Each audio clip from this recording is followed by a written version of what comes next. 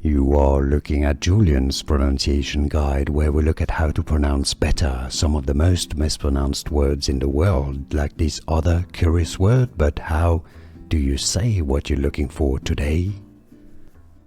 Let's learn how to pronounce those two words once and for all correctly and clarify the pronunciation. If you want to learn more vocabulary like this, more confusing English, stay tuned, I've got more videos for you.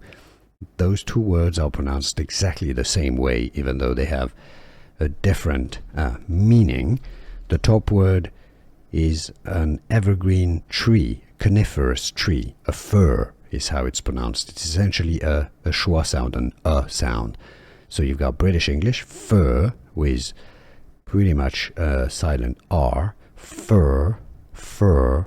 American English pronunciation, fur, alright? Now, F-I-R is the tree, fur with a U is the hair of animals, certain animals.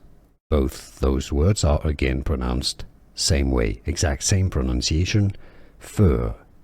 And now you know. Here are more videos on how to pronounce more confusing words and names too many mispronounced. Like this video if you found it useful. I appreciate your support. I'll see you soon and thanks for watching.